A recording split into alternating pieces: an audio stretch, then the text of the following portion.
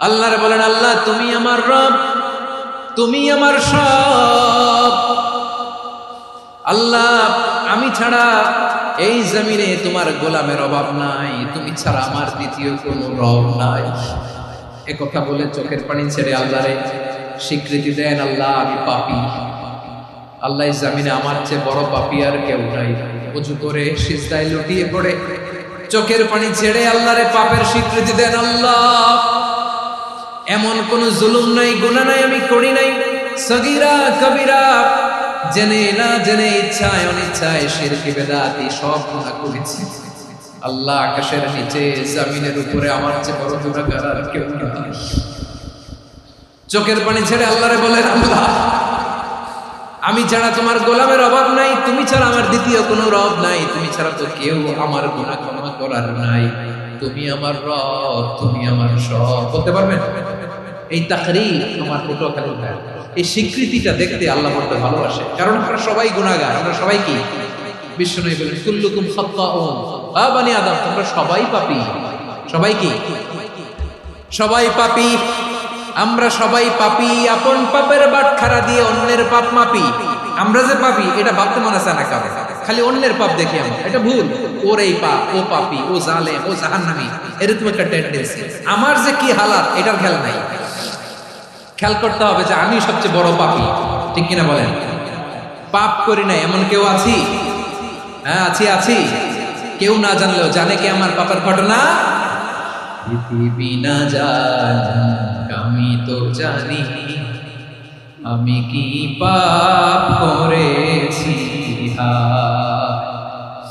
ও আমার কলিজার টুকরা ভাইয়েরা, মাথাটাকে নিচু করে জীবনের সব গুনার ফিরিস্তিগুলো একটা একটা করে স্বীকার করে আল্লাহরে বলেন, আল্লাহ আমি পাপী। আল্লাহ আমার চেয়ে বড় পাপী এই দুনিয়াতে কেউ নাই। আকাশের নিচে জমিনের উপরে আমার চেয়ে বড় পাপী কেউ নাই। একটা একটা করে আল্লাহ স্বীকার করি আমি পাপী, সব পাপের স্বীকৃতি দিলাম।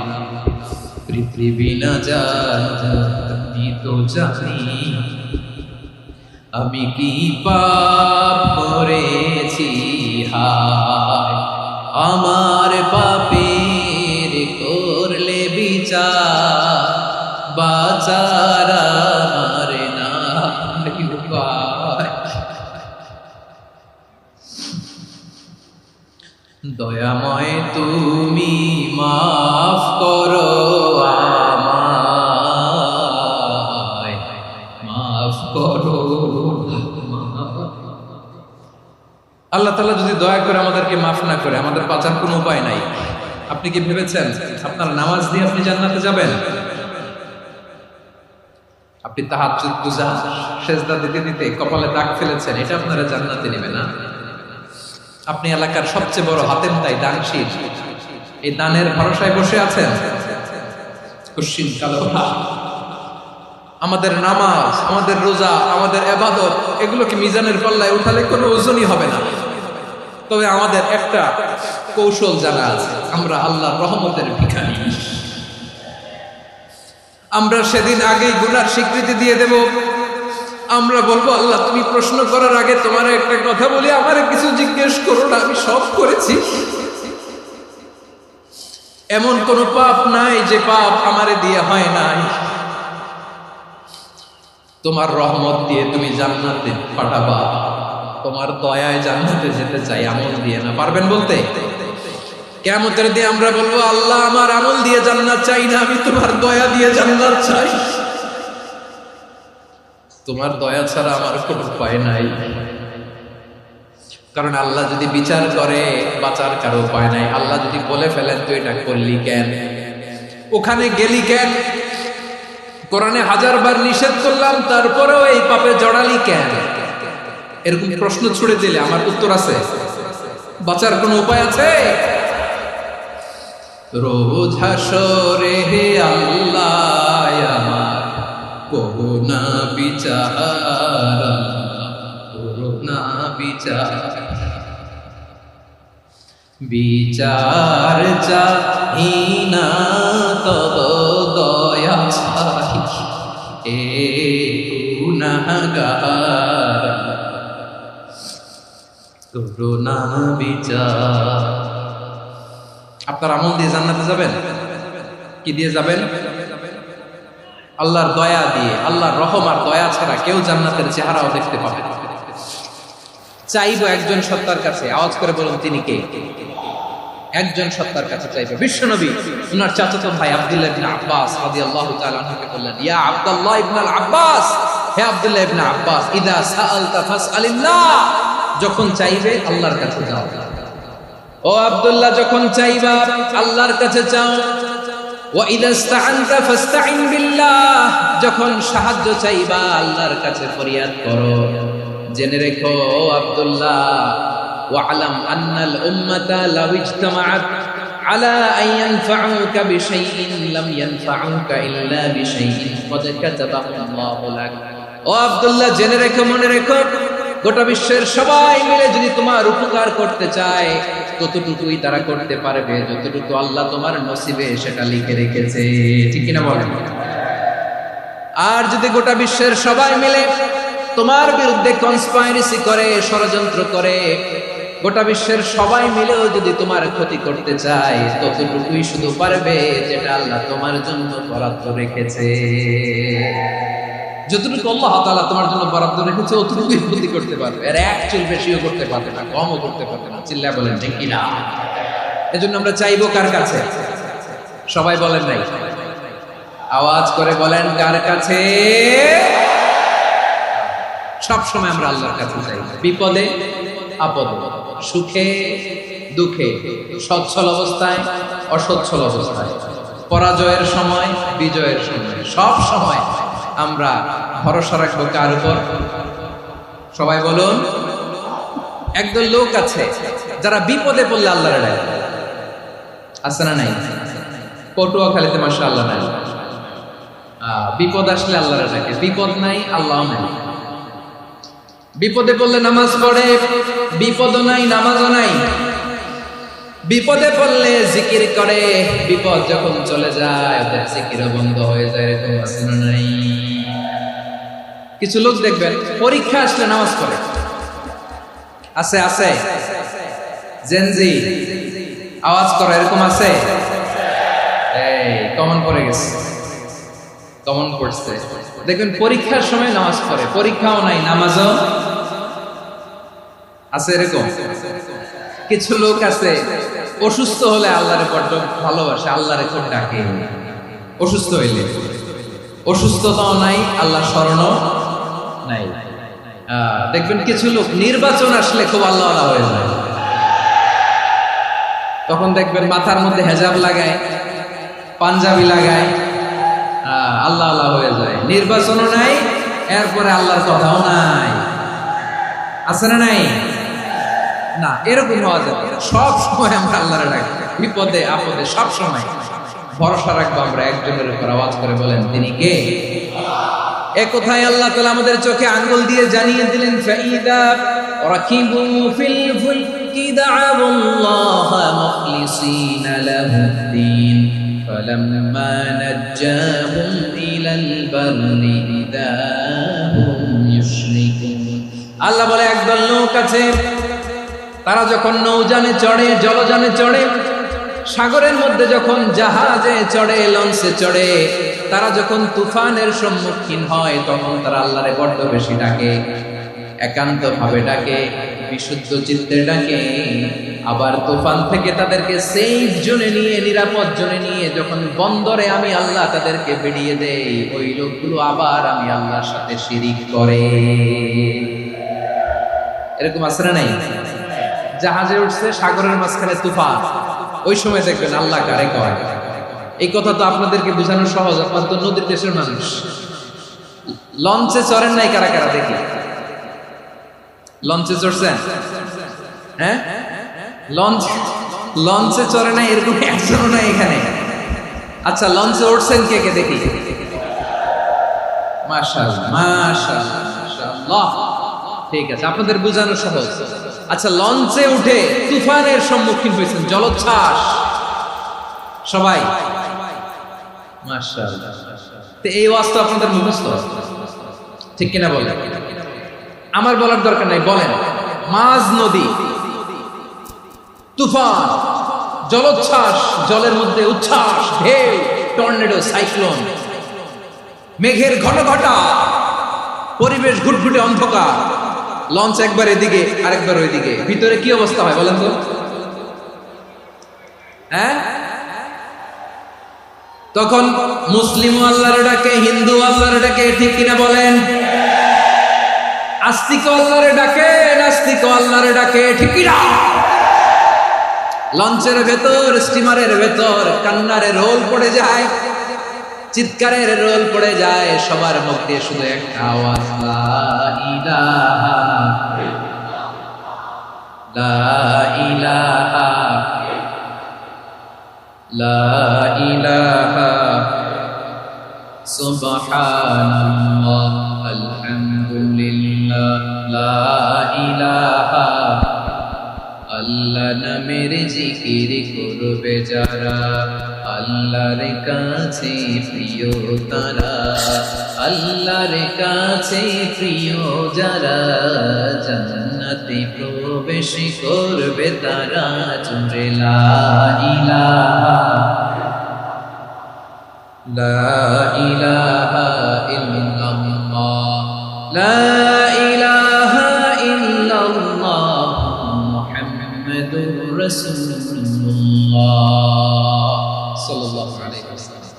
আমার প্রিয় পটুয়াখালীবাসী, তাহলে লঞ্চের ভেতরে যখন আমরা তুফানের মধ্যে পড়ি, তখন সবাই মিলে আমরা একটা নামের জিকির করি। নামটা কার? মুসলমানেরাও ডাকে, হিন্দুরাও ডাকে, আস্তিকও ডাকে, নাস্তিকও ডাকে, সবাই ডাকে একজনকে। তিনি কে? আবার দেখবেন ওই আল্লাহ তুফানের পরে, ঝড়ের পরে ওই লঞ্চটাকে যখন সদর ঘাটে ফিরিয়ে দেয়, আবার আমরা নাফরমানি শুরু করে দেই। সে কোথায় আল্লাহ বললেন, ফাইদা রাকিবু ফিল ফুলকি দা'আল্লাহ মুখলিসিনা লাহুদ্দিন ফালাম্মা নাজ্জাহুম ইলাল বাররি ইযা হুম ইউশরিকুন। সাগরে যখন তুফানে পড়ে আমি আল্লাহর ডাকে, আবার আমি আল্লাহ যখন বাঁচিয়ে দেই, আবার আমি আল্লাহর সাথে শিরিক শুরু করে। আমরা কি এরকম হতে চাই নাকি? এরকম করবেন? হ্যাঁ না, আমরা তুফানে পড়লেও আল্লাহরে ডাকি, আবার বাঁচায় দেওয়ার পরেও ডাকি কারে? আল্লাহকেই ডাকি। বিমানের মধ্যে মাঝে মাঝে দেখবেন যে এয়ার টার্বুলেন্স হয়, জানেন? এয়ার টার্বুলেন্স জানেন তো? মাঝে মাঝে বিমানটা বাউন্সিং করে, বাম্পি, ভেরি বাম্পি ওয়েদার। শুনেন নাই? 40,000 ফিট উপরে যখন থাকে, তখন পাইলট মাঝে মাঝে বলে, dear passengers, ladies and gentleman, right now we are flying 40,000 feet above the ground and we are passing very air turbulence, very heavy air turbulence right now. Please fasten your seatbelt. দেখবেন মাঝে মাঝে বলে যে, ভদ্র মহিলা, ভদ্র মহোদয়গণ, আমরা 40,000 ফিট উপর দিয়ে যাচ্ছি আর এয়ার টার্বুলেন্স ফেস করছি, মেহেরবানি করে আল্লাহর হস্তে সিট বেল্ট বাঁধুন। তখন বিমানটা এরকম বাউন্সিং করে, শেকিং করে। আপনারা মুখোমুখি হয়েছেন? ইদানিং এই এয়ার টার্বুলেন্স বেড়ে গিয়েছে। গত বছর আমার ইন্টারন্যাশনাল অনেকগুলো ফ্লাইট ছিল, তো আমি দেখলাম যে আগের ফ্লাইটগুলোর তুলনায় এখন এয়ার টার্বুলেন্স খুব বেশি। আমি একটু রিসার্চ করে দেখলাম, ক্লাইমেট চেঞ্জের কারণে, জলবায়ু পরিবর্তনের কারণে আকাশের বাতাসের মুভমেন্টে পরিবর্তন হয়েছে, ফলে এখন বিমান শেকিং করে বেশি, বাউন্সিং, বাম্পি ওয়েদার। তো বলেন তো, 40,000 ফিট উপরে যখন আপনি, কয় হাজার ফিট? সবাই বলুন কয় হাজার ফিট? 40,000 ফিট উপরে যখন আপনি, তখন যখন বিমানটা এরকম বাউন্সিং করে, সবাই যখন ভমিটিং করে বিমান নষ্ট করে দেয়, বমি করে, তখন বাঁচানোর কে আছে? আল্লাহ ছাড়া কেউ আছে? ওই মুহূর্তেও সবাই মিলে একজনের ডাকে আওয়াজ করে বলেন, তিনি কে? মাঝে মাঝে কিছু সোশ্যাল মিডিয়ায় কিছু ভিডিও পাওয়া যায় যে হেভি যখন এয়ার টার্বুলেন্স হয়, 10 সেকেন্ড 15 সেকেন্ডের কিছু ভিডিও পাওয়া যায়, বিমানটা এরকম বাউন্সিং করছে, বাম্পি ওয়েদার, কাঁপছে, মানুষগুলো বমি করছে, অক্সিজেন মাস্কগুলো সব ঝুলে পড়েছে, বিমানটা শুধু কাঁপছে। তখন দেখবেন বিমানের ভেতরেও এরকম লঞ্চের মতো চিৎকার আছে না নাই? বিমানের ভেতরেও তখন চিৎকার, গত বছর হিথ্রো এয়ারপোর্ট থেকে সিঙ্গাপুর এয়ারলাইন্সের একটা ফ্লাইট হিথ্রো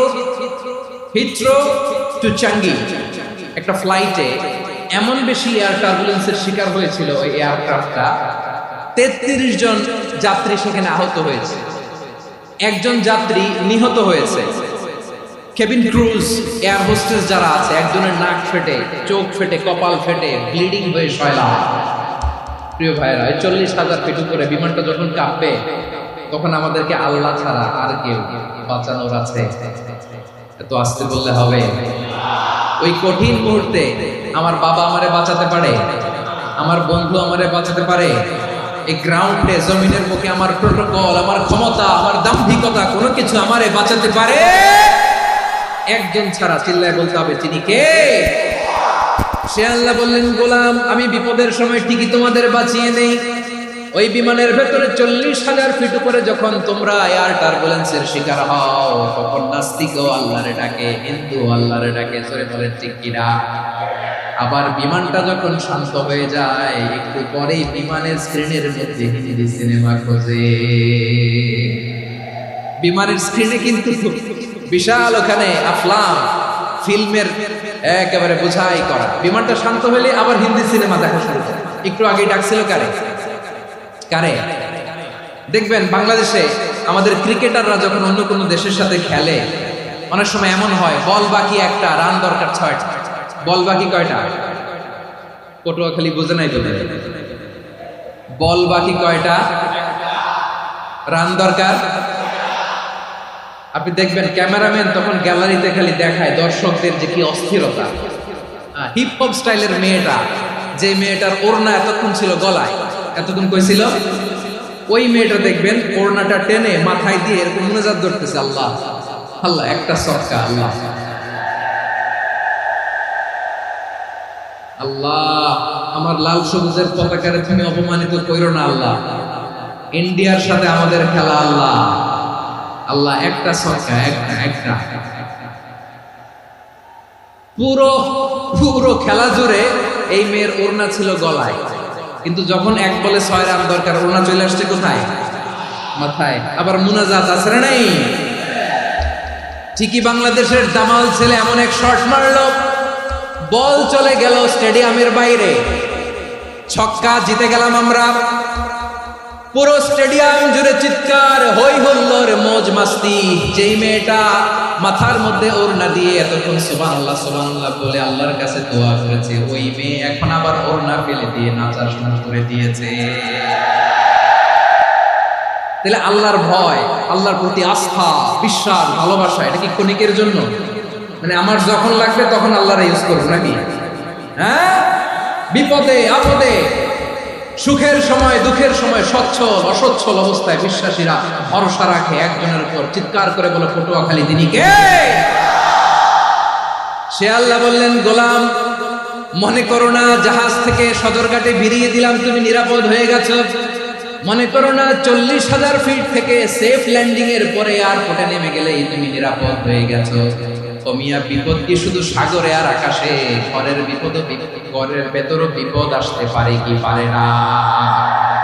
এজন্য সূরা মুলকে আল্লাহ বললেন, আমিনতুম মান ফিস সামাই আন ইয়াখসিফা বিকুমুল আরদা ফাইদা হিয়া তামুর। তোমরা কি ভাবছো তোমরা নিরাপদ? সাগরের মধ্যে তুফান, আল্লাহ আল্লাহ ডাকলাম, সদরঘাটে যেয়ে পড়ছে, বেঁচে গেছেন তো আপনি। আর পাবে আপনারে আল্লাহ? আল্লাহর তো সাগরের মাঝখানে তো আল্লাহ আপনারা পাইছিল, আর তো পাবে না। আর পাবে আপনারে? আর আল্লাহ ধরতে পারবে আপনারে? ঘরের ভেতরও বিপদ দিয়ে আটকাতে পারে কে? 5 স্টার 7 স্টার হোটেলের ভেতরও আমাকে বিপদের মধ্যে ফেলে দিতে পারেন কে? আল্লাহ বললেন, তোমরা কি ভেবেছো তোমরা নিরাপদ? আমি চাইলে ল্যান্ডস্লাইড, ভূমিধস দিয়ে 1 লক্ষ 1 মিনিটে নিয়ে যেতে পারি। এক সুনামি দিয়ে থাপ্পড় মেরে 3 লক্ষ সাগরের ভেতরে ঢুকায় দিতে পারি। 1 সেকেন্ডও লাগে না আমার। أم أمنتم من في السماء أن يرسل عليكم حاصبا فستعلمون كيف نذير। আল্লাহ চাইলে আকাশ থেকে পাথর বৃষ্টি নাজিল করতে পারেন কি পারেন না? এই মুহূর্তে এখানে ভূমিকম্প দিতে পারেন কি পারেন না? আচ্ছা, ভূমিকম্প যখন হয় আমাদের কারো হুঁশ থাকে? আপনি মনে করছেন আমরা সাধারণ মানুষ, আমরা দৌড় দেই, আর প্রেসিডেন্ট প্রধানমন্ত্রী ওনারা বুঝি খাটে শুয়ে থাকে? কথা বুঝে নাই বোধ হয়। ভূমিকম্প, আর্থকোয়েক যদি হয়, বাঁচার জন্য আমরা কি করি? হয় খাটের তলায়, ডাইনিং টেবিলের নিচে, উপরে শক্ত কিছু আছে এটার নিচে, অথবা ঘর থইয়া দেও দৌড়। তো প্রধানমন্ত্রী উনি কি করে? প্রেসিডেন্ট উনি কি করে? হ্যাঁ, উনি খাটের মধ্যে যে শুয়ে থাকে নাকি? উনিও দৌড়, সাধারণ মানুষও দৌড়, প্রধানমন্ত্রীও দৌড়, বাড়িওয়ালাও দৌড়, ভাড়াটিয়াও দৌড়, সবাই দৌড়। নাকি ভাড়াটিয়ারা বাড়ি থইয়া দৌড়, বাড়িওয়ালারা বেরোয় না? এরকম না। তাহলে যে কোনো মুহূর্তে ভূমিকম্প দিয়ে নাস্তানাবুদ করতে পারে কে? আমার প্রিয় ভাইয়েরা, আমরা নিরাপদ নই, আমরা তার দয়ায় বেঁচে আছি। কার দয়ায়? এজন্য আল্লাহ বললেন, গোলাম, যে কোনো মুহূর্তে বিপদ দিয়ে তোমাদেরকে নাস্তানাবুদ করতে পারি। বিশ্বাসী বলে যদি নিজেকে দাবি করো, সব সময় ডাকতে হবে একজন সত্তা, কে? বলেন তিনি কে? এই কথা ক্লিয়ার? এই সবগুলো উদাহরণ শেষে সবার কাছে ক্লিয়ার হয়েছে না যে বিপদ থেকে, আপদ থেকে, পরীক্ষা থেকে, ক্যালামিটি থেকে আমাদেরকে কেউ বাঁচাতে পারে না একজন সত্তা ছাড়া। আবারও বলেন তো তিনি কে? ক্লিয়ার? হ্যাঁ, সবাই বুঝতে পারছেন? আচ্ছা, এবার আমরা দেখি বিষ্ণু ইসলামের জীবনে বিপদ আপদ ছিল কিনা। উনি বিপদ আসলে কিভাবে ডিল করতেন, বিপদ আসলে কোন দোয়া পড়তে হয়, কিভাবে ফরিয়াদের হাত উত্তোলন করতে হয়, কিভাবে রবের দরবারে নতজানু হয়ে ফরিয়াদ করতে হয়, এটা জানার দরকার আছে না নাই? আসুন আমরা বিষ্ণুর জীবনী থেকে দেখি বিপদ আসলে উনি কি করতেন। বিপদ আসলেই প্রথমে বিষ্ণু ইসলাম একটা দোয়া পড়তেন। কি পড়তেন? তিনি পড়তেন, ইন্না লিল্লাহি ওয়া ইন্না ইলাইহি রাজিউন। নিশ্চয় আমরা আল্লাহর জন্য, নিশ্চয় আমরা কার দিকে ফিরবো ভাই? আবার কার দিকে ফিরবো? আওয়াজ করে বলুন তো, আমরা এসেছি কার কাছ থেকে, আবারও ফিরে যাব কার কাছে? এজন্য বিষ্ণু পড়ছেন, ইন্না লিল্লাহি ওয়া ইন্না ইলাইহি রাজিউন। নিশ্চয় আল্লাহর জন্য, ওই আল্লাহর দিকেই আমরা ফিরে যাব। তারপরে বিষ্ণু পড়তেন, আল্লাহুম্মা আজুরনি ফি মুসিবাতি ওয়াখলুফ লি খায়রাম মিনহা। একসাথে প্রথমে পড়তেন ইন্না লিল্লাহি ওয়া ইন্না ইলাইহি রাজিউন, তারপর পড়তেন আল্লাহুম্মা আজুরনি ফি মুসিবাতি ওয়াখলুফ লি খায়রাম মিনহা। মানে আল্লাহ, এই যে আমি বিপদে ধৈর্য ধারণ করলাম, এটার সব তুমি আমার দাও, আর যেটা হারালাম এর চেয়ে ভালো কিছু দিয়ে মেকআপ করে দিও, ভালো কিছু দিয়ে বদল করে দিও। সুবহানাল্লাহ পড়েন। তাহলে বিপদ আসলে আমরা কি পড়ব? কথা বলেন। এই যে আমি শুয়েছিলাম, নাশিদ গাচ্ছিল ওরা, এদেশে পরস্পরে দেখা হলে দেয় সালাম, এদেশে আমজনতার হৃদয় জুড়ে পাকালাম, এদেশে বিপদ এলে সর্বজনে সর্বক্ষণে দোয়া পড়ে ইন্না লিল্লাহি। কি পড়ে? সুবহানাল্লাহ সুবহানাল্লাহ সুবহানাল্লাহ সুবহানাল্লাহ। এদেশে আজান শুনে সূর্য ওঠে শহর গ্রামে, এদেশে আজান শুনে সূর্য ডুবে সন্ধ্যা নামে, এদেশে সকল কাজে সবাই বলে বিসমিল্লাহ, এদেশে ভালো কিছু দেখে শুনে হাসি মুখে সবাই বলে মাশাআল্লাহ। সুবহানাল্লাহ পড়েন। তাহলে বিপদ এলে আমরা কি পড়ি? কথা বুঝলে সবাই উত্তর দিতে হবে। বিপদ এলে কি পড়ি? তাহলে বিপদ এলেই আমরা এখন থেকে ইন্না লিল্লাহ পড়ব, নাকি হাই হুতাশ করবেন?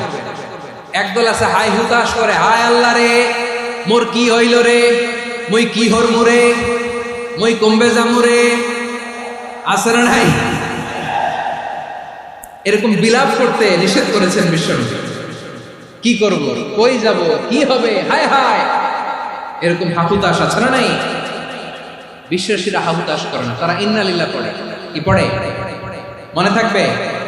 আমরা পড়ব ইন্না লিল্লাহি ওয়া ইন্না ইলাইহি রাজিউন। নিশ্চয়ই আমরা আল্লাহর জন্য, আমরা আল্লাহর দিকেই ফিরে যাব। এরপর পড়ব আল্লাহুম্মা আজুরনি ফি মুসিবাতি ওয়াখলুফ লি খায়রাম মিনহা। আল্লাহ, আমি যে বিপদে ধৈর্য ধারণ করলাম এটার সওয়াব দিও, আর যা হারালাম তার চেয়ে ভালো কিছু দিয়ে বদল করে দিও। সুবহানাল্লাহ পড়েন। বিশ্বনবীর হাদিস শুনলেন উম্মে সালামা রাদিয়াল্লাহু তাআলা আনহা। ওনার স্বামী হলো আবু সালামা। মজার ঘটনা খেয়াল করে শুনেন আমার প্রিয় কলিজার টুকরা ভাইয়েরা। কানগুলো খরগোশের কানের মতো খাড়া করে আমার দিকে তাকান। সাইয়্যিদাতুনা উম্মে সালামা রাদিয়াল্লাহু তাআলা আনহা, ওনার স্বামীর নাম আবু সালামা। শ্রেষ্ঠ দম্পতি, শ্রেষ্ঠ ফ্যামিলি। প্রথমে হিজরত করেছিলেন হাবাসায়, পরে হিজরত করেছেন মদিনায়। উহুদ যুদ্ধের পরে ওনার স্বামী আবু সালামা ইন্তেকাল করলেন, শহীদ হলো। সুবহানাল্লাহ পড়েন। যখন আবু সালামা ইন্তেকাল করল, উম্মে সালামা রাদিয়াল্লাহু তাআলা আনহা কেঁদে কেঁদে হায়রান। আর নবীর শিখানো বাণী অনুযায়ী তিনি বারবার পড়ছিলেন ইন্না লিল্লাহ। কি পড়ছিলেন? মুই কই যামু, কি হরমু, এগুলো বলেন। কি বলছে? ইন্না লিল্লাহ। যেহেতু বিশ্বনবী বলেছেন কেউ যদি বিপদের প্রথম ধাক্কায় পড়ে ইন্না লিল্লাহি ওয়া ইন্না ইলাইহি রাজিউন, আল্লাহুম্মা আজুরনি ফি মুসিবাতি ওয়া আখলুফ লি খায়রাম মিনহা, তাহলে এই বিপদে যে সে যা হারালো তার চেয়ে শ্রেষ্ঠ কিছু দিয়ে আল্লাহ তার বদল দিয়ে দিবে। এই হাদিস শুনে উম্মে সালামা রাদিয়াল্লাহু তাআলা আনহা ওনার প্রাণ প্রিয় স্বামী আবু সালামার ইন্তেকালের পরে চোখের পানি ছাড়ে আর পড়ে ইন্না লিল্লাহি ওয়া ইন্না ইলাইহি রাজিউন, আল্লাহুম্মা আজুরনি ফি মুসিবাতি ওয়া আখলুফ লি খায়রাম মিনহা। বারবার এই দোয়া পড়ে চোখের পানি ছাড়ে, এই দোয়া পড়ে চোখের পানি ছাড়ে। আর মনে মনে বলে আবু সালামার মতো ভালো মানুষ মদিনাতে নাই, আবু সালামার চেয়েও ভালো মানুষ মদিনাতে নাই। তার চেয়ে ভালো মানুষ কি করে আল্লাহ তাআলা আমারে দিবে? তার চেয়ে ভালো মানুষ তো আমি মদিনাতে দেখি না। চোখের পানি দিয়ে বুক ভাসায় আর নবীর হাদিসের উপর আমল করে পড়ে ইন্না লিল্লাহি ওয়া ইন্না ইলাইহি রাজিউন, ইন্না লিল্লাহি ওয়া ইন্না ইলাইহি রাজিউন। পড়তে পড়তে চোখের পানি ছাড়ে আর চিন্তা করে বিশ্বনবী বললেন এই দোয়া পড়লে যেটা হারালাম তার চেয়ে ভালো কিছু দিয়ে আল্লাহ পুরস্কার দেয়। আবু সালামার চেয়ে ভালো মানুষ মদিনার মধ্যে আর কে হতে পারে? কি আজীব তামাশা, কি অবাক করা ঘটনা। কিছুদিন পরে দেখা গেল সাইয়্যিদুল মুরসালিন রাহমাতাল লিল আলামিন স্বয়ং বিশ্ব নবী উম্মে সালামাকে বিয়ের প্রস্তাব পাঠিয়েছে। স্বয়ং বিশ্ব নবী উম্মে সালামা রাদিয়াল্লাহু তাআলা থেকে বিয়ের প্রস্তাব পাঠিয়েছেন। উনি রাজি হয়ে গেলেন, বিয়ে হয়ে গেল। উনি হয়ে গেলেন উম্মুল মুমিনিন, আমাদের মা, পুরো মুসলিম উম্মার মা। চিৎকার করে বলেন আল্লাহু আকবার। তাহলে আমার প্রাণপ্রিয় ভাইয়েরা, বিপদে পড়লে আমরা পড়ব ইন্না লিল্লাহি ওয়া ইন্না ইলাইহি রাজিউন, আল্লাহুম্মা আজুরনি ফি মুসিবাতি ওয়া আখলুফ লি খায়রাম মিনহা। পড়বেন? পড়বেন না? যারা যারা বিপদ আসলে এই দোয়াটা পড়বেন এখন থেকে আওয়াজ করে ইনশাআল্লাহ বলেন। যা হারাইছেন তার চেয়ে শ্রেষ্ঠ জিনিস দিয়ে বদলা দিবে কে?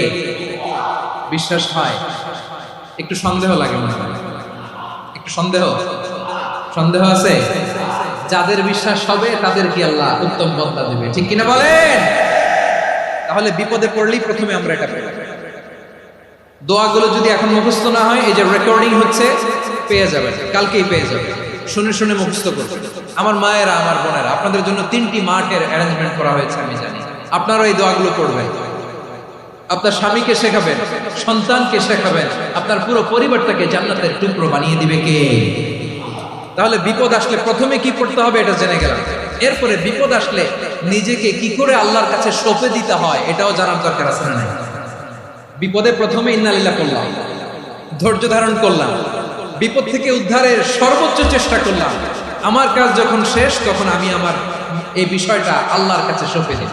কার কাছে সুপর্দ করব? কার কাছে? বিপদে পড়লে কেমন করে নিজেকে আল্লাহর কাছে সঁপে দিতে হয় আসুন সাইয়েদনা ইব্রাহিম আলাইহিস সালামের জীবনী থেকে জানি। আল্লাহর খলিল ইব্রাহিম আলাইহিস সালাম আমাদের মতো সমাজ ব্যবস্থা পায় নাই। আমরা জন্মের পরে আমাদের কানের ভেতরে আজান দিয়েছে কে? একামত দিয়েছে কে? আমাদের বাপ দাদারা আমাদের কানে আজান দিয়েছে কি দেয় নাই?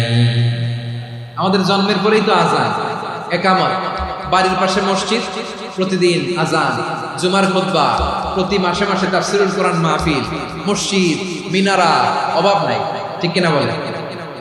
আপনি যেই সুন্দর ইসলামিক এনভায়রনমেন্ট পেয়েছেন, আমাদের ইব্রাহিম খলিল উনি কি এরকম পেয়েছিলেন? হ্যাঁ, উনি জন্মের পর পরে ওনার কানে আজান দিয়েছে কেউ? আমার প্রিয় ভাইরা, আগা গোড়া একটা শিরকি পরিবেশ উনি জন্মগ্রহণ করেছেন। উনি ছাড়া ওই তল্লাটে একজনও আল্লাহর উপর বিশ্বাসী নাই। কল্পনা করতে পারেন? গোটা তল্লাটে, গোটা দেশে বিশ্বাসী মুমিন, আল্লাহর উপর বিশ্বাস স্থাপনকারী কয়জন? সবাই বলেন কয়জন? বাকি সব মুশরিক। বাকি সব মুশরিক নিজের সাথে নিজে শক্ত বোঝাপড়া করে, অ্যানালজি করে, সেলফ কনভারসেশন করে উনি মহা সত্যের সন্ধান পেয়েছেন। উনি আকাশের তারা দেখে ভাবে মনে হয় এটাই আমার খোদা, পরে দেখে তারা নাই, মনে মনে বলে না তাইলে এটা না। আবার চাঁদ দেখে বলে চাঁদটা বড় মায়া লাগে, মনে হয় এটাই আমার রব, পরে দেখে চাঁদও নাই, কয় না এটা না। এরপরে দ্বীপ প্রহরের জলজলে সূর্যটা খা খা করে গোটা পৃথিবীটারে রৌদ্র দিয়ে তাতিয়ে রাখে। তিনি ভাবলেন মনে হয় এটাই আমার রব, কারণ এটাই তো সবচেয়ে বড়। কিন্তু বিকেল বেলা ওই সূর্যটাও যখন চলে যায়, সাইয়েদনা ইব্রাহিম বলে না এটাও তো নাই, আমার খোদা যদি আমারে ছেড়ে চলে যায়, বিপদে পড়লে আমারে উদ্ধার করবে কে? এভাবে নিজের সাথে অ্যানালজি, সেলফ কনভারসেশন করতে করতে করতে তিনি মহা সত্যের সন্ধান পেয়েছেন। সুবহানাল্লাহ। সব শেষে তিনি ডিসিশন নিয়ে ঘোষণা দিলেন, ইন্নী ওয়াজ্জাহতু ওয়াজহিয়া লিল্লাযী ফাতারাস সামাওয়াতি ওয়াল আরদা হানিফান ওয়া মা আনা মিনাল মুশরিকিন। নিশ্চয় আমি এমন সত্তার দিকে মনোনিবেশ করলাম, মুখাপেক্ষী হলাম, যিনি আকাশ বানিয়েছেন, জমিন বানিয়েছেন, আমি মুশরিক নই। সুবহানাল্লাহ। পারতেন, আপনি পারতেন? কেউ নাই, লক্ষ লক্ষ মুশরিক, আপনি একা। ওনার মতো এরকম বিচক্ষণতা দিয়ে আল্লাহকে খুঁজে পাইতে পারতেন আপনি? কি নবী ছিলেন, আল্লাহকে খুঁজে পেয়েছে। যখন আল্লাহর ইবাদত শুরু করলো, এই কথা ছড়ায় পড়লো চারদিকে। নমরুদ সাইয়েদনা ইব্রাহিমকে ডেকে পাঠালেন। নমরুদ বলে, ইব্রাহিম তুমি নাকি মূর্তির পূজা না করে কোন নতুন রবের ইবাদত করো, কে তোমার রব? সাইয়েদনা ইব্রাহিম বললেন, রব্বি আল্লাযী ইউহয়ী ওয়া ইউমীত, আমি এমন রবের ইবাদত করি যিনি জীবন দেন, যিনি মৃত্যু দেন। নমরুদ বলে, তাই নাকি? তোমার রব জীবন দেয়, মৃত্যু দেয়, আর এটা তো আমি দেই, আমিও তো জীবন দেই, আমিও তো মৃত্যু দেই। সাইয়েদনা ইব্রাহিম বললেন, কেমন করে তুমি জীবন দাও, মৃত্যু দাও, একটু দেখাও তো। নমরুদ জেলখানা থেকে দুজন কয়েদিকে ডেকে আনলো, কয়েদি এনে অর্ডার করলো, একটাকে এখনই শিরচ্ছেদ, হেড অফ, ডেথ পেনাল্টি, মৃত্যুদণ্ড দেয়া হলো, ফিনকি দিয়ে রক্ত বের হলো। নমরুদ বলে, দেখো দুজনকে ধরে আনলাম, একজন কয়েদিকে দিলাম ডেথ পেনাল্টি, মৃত্যুদণ্ড, ওরে মৃত্যু দিলাম, আরেকজন যে দাঁড়িয়ে আছে চাইলে ওরেও আমি মৃত্যুদণ্ড দিতে পারি, কিন্তু না, ওরে আমি দিব না, ওরে আমি বাঁচায়া দিলাম, ছেড়ে দিলাম, মানে জীবন দিলাম। দেখো ইব্রাহিম, তোমার চোখের সামনে একজনকে মৃত্যু দিলাম, আরেকজনকে জীবন দিলাম। আপাত দৃষ্টিতে তাই তো, একজনের তো জীবন দিল, আরেকজনের মৃত্যু দিল।